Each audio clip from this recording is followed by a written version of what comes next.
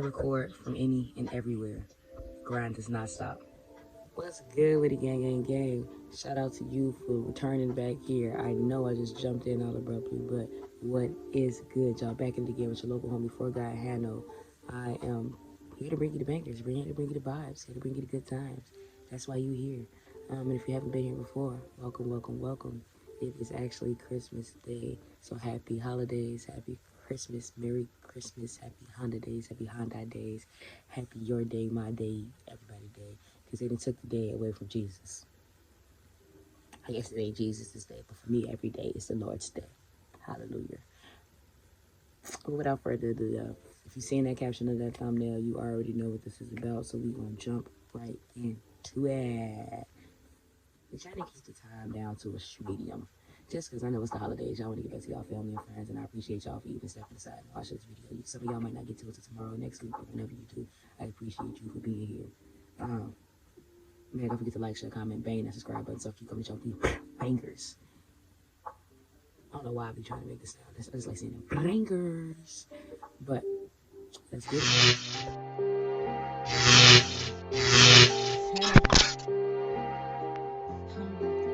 Put on my Sunday shoes and my Sunday suit. I'm preaching to the choir, now they all got Sunday blues. I'm just a vessel that he's using here to spread the truth. If real recognizes real, then who the fuck is you? Put on my Sunday shoes and my Sunday suit. I'm preaching to the choir, now they all got Sunday blues. I'm just a vessel that he's using here to spread the truth. If real recognizes real, then who the fuck is you?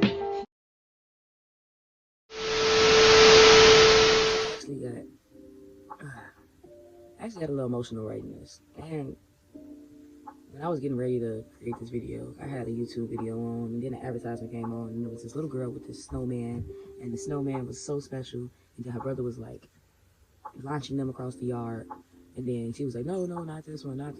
She goes to run to save the snowman, falls in love with this thing, puts it in the doggone freezer, keeps the entire winter, and then once she gets to the next winter and they go outside to put the snowman back and be all happy, have a happy ending, it was all cute and whatnot, somebody runs the snowman over and the snowman is just gone. The snowman's dead. And I'm like, why is this, like, why is that an advertisement?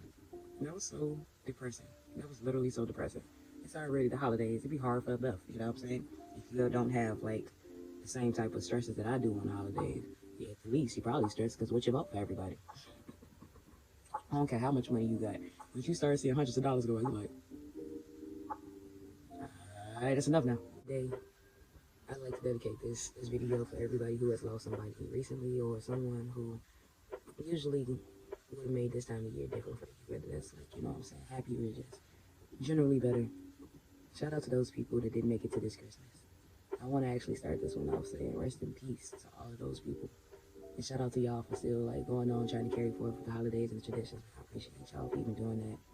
I was watching this Juice Wrld documentary that they put on HBO Max, and we were all excited. Fans of Juice Wrld were all excited to just see more behind the scenes footage of Juice Wrld. Maybe I'm a different case, guys. I don't know. Maybe I'm different. But this video, I think, always to me. But this one was a little close to home. One being, again, Juice Wrld was actually from Chicago. Juice Wrld is actually connected to a lot of friends of mine. Got to cross paths with him a couple times, but nothing really major after he blew up. That's besides the point. The point is, this man was this close. He actually died in an attempt to come home. So, you know, I really want to dedicate this to anybody that's struggling through this holiday season, anybody that deals with depression, anxiety, feelings of abandonment or loneliness, dealing with mental illness, drug abuse, anything, whatever you feel like may get to you or hold you back and take you out your element. This is for y'all, because I feel like a lot of people that watch the documentary watching it in hopes of just feeling closer to Juice, and you can feel closer to him definitely by actually indulging in the film. But man, it really showed that this man needed help, serious help. So I'm gonna go ahead and say it now. This will be a smoke cam. This is explicit content. This is only for grown and sexy. I ain't gonna cat with y'all, because what I was seeing, I was surprised they was even showing, was really unbelievable to me. But Juice WRLD was extremely talented, gang. Juice WRLD was extremely talented. One of the only artists that I've seen could literally make multiple versions of the same song on the same beat. You know, come up with different concepts for many different songs, at least 9 minimum, on the same beat. got the freestyle, and the actual art of freestyle originated with the time you actually possess the skill of being able to not only come up with words, but come up with them in real time. So if you popped on these lives and whatnot, we definitely gonna start it up on my channel. Probably started. I wanted to wait till the new year to really start it, but who knows, gang. But you know when I had y'all throw out these words when I get on live, or if you ever been on BJ Live, you throw me a word out, and I take that word and I create a bar from it. So that's kind of how I always keep myself lyrically equipped for freestyling. You never know what position you may be in when opportunity is granted. So like, first thing I just looked up was the word envision. So Really, nigga? I will go, I had a dream that I envision. I'm the hottest thing, cooking in the kitchen. That's a bar. I chef it. Should be on Food Network, cooking up. I'm a star. I don't know. It's crazy. Like, when you're able to do that, that separates you from rappers who just can write their stuff down. And some rappers who only write their lyrics down. Some rappers who don't write their stuff down at all. But I feel like either way, to be able to do either is a good talent. But to be able to do that for hours, that's different. Personalized a lot of situations, but whenever it's with Chicago, I just felt like, dang, we lost another one bites the dust. He was young in age, old in spirit. You might have seen him or younger in spirit from his lyrics, but I felt like he was old in spirit because the things that were important to him were things that I see a lot of people my age have tend to lose value. Like, his family was important, his friends were important to him, growing was important to him, his relationship with God was important to him. He understood his vices. He understood that certain things that he did wasn't the most positive. He understood that no matter what negative things that he was doing that involved himself, he needed to be putting out positivity to the world. Only thing I'm not sure if he understood was that his words held so much power. I feel like he did, because when he spewed out positivity to the world, he was always saying, like, I don't care what nobody say. As long as you feel like you can do it, you tell yourself you can do it, you tell yourself this is what you might do, you can do whatever is possible. So it's like someone who has that much knowledge or has that much of a heightened consciousness puts me in a different place when they're in situations like these. After watching the documentary, first question to ask, like, did I think to myself, like, did I think he had a problem? I understand how he got to the position that he did as far as, like, what he put forth for the world, his personal struggles, but, dealing with depression and anxiety can overcome you. It can overtake you in the most aggressive way. You can literally be in the most happiest environment and feel like you are just failing. I'm guilty of it. It happens to me. Sometimes when things are going too well, I'm like, this is what's about to go wrong. And being a performer, being a performer, you literally always have to be, like, ready to entertain, I like to think. And that's why I take my days where I get irritated. I'm like, man, I'm just not feeling like dealing with anybody. I don't want to talk. It's not like I'm upset. I just don't really have words to say. I feel like nothing that I would do would be genuinely progressive to anybody else today. So I'm going to make sure today I'm spending that day analyzing myself, seeing why I feel this way. What can I do that's more progressive to my own growth so I can help the next person grow or not be a blockade for somebody else growing. So it's like, me, it's always been logic over emotion. My depression and anxiety, even if I've gotten as far as having like suicidal thoughts. My parents have already lost children. My siblings have already lost family. Like, they've already lost siblings. There's certain things I couldn't put them through again naturally. But a lot of people, feel that way too. And in order to deal with those things, you find coping mechanisms that may or may not be more conducive to their future.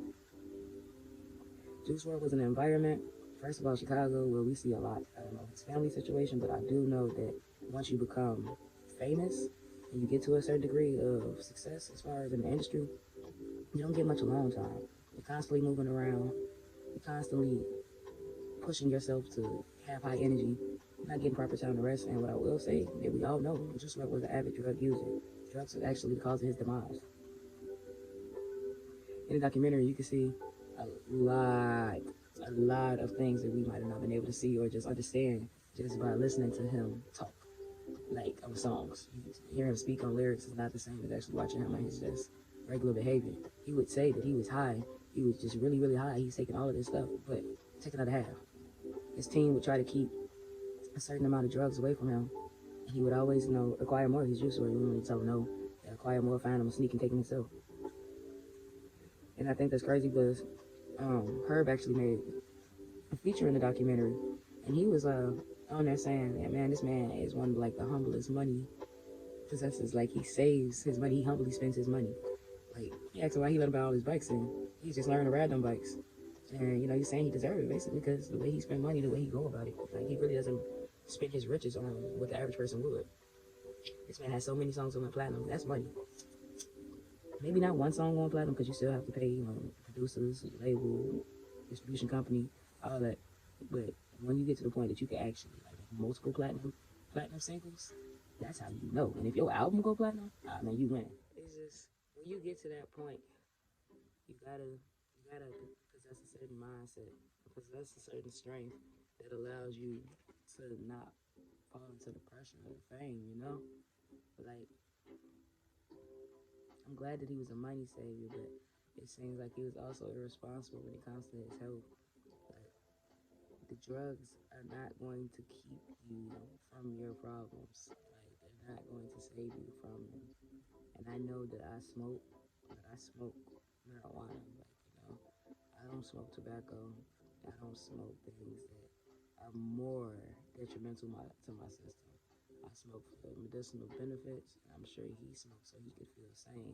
He said that he had an attention problem, so from an early age they already had him on like Addy and what's the other one? Something Ben. Something Ben. Anyway, but they had him on all these different type of drugs. I want to say it's not Vicodin. It's not Adderall. It's not Xanax. Drop in the comments if y'all know what I'm talking about. If y'all have ADD, ADHD, and y'all know how that goes. Ambien. They give a lot of those people Ambien and whatnot.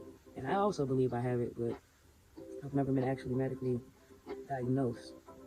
And I believe that him wanting to stay focused, him wanting to be in a sound mind, him wanting to be stable is what drove him to doing all of these drugs to kind of like slow you down. And it's just, it makes me question, what would have, like, how much power did the friends actually have? Like, they have to go get this stuff. Not like he could just walk up and go get it. He could, but